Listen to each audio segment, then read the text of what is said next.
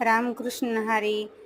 आज आपण बनवणार आहोत मोड आलेले कडधान्य, मटकी, हरभरा आणि भिजवलेले शेंगदाणे.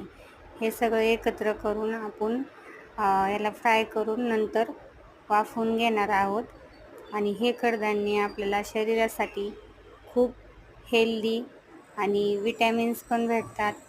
आणि हा नाश्ता खाल्ल्याच्या नंतर आपल्याला भूकही खूप वेळ लागत नाही आहे आणि पोषक असा हा नाश्ता तयार करण्यात आलेला आहे. तुम्ही पण नक्की बनवा व सांगा की कसा झाला.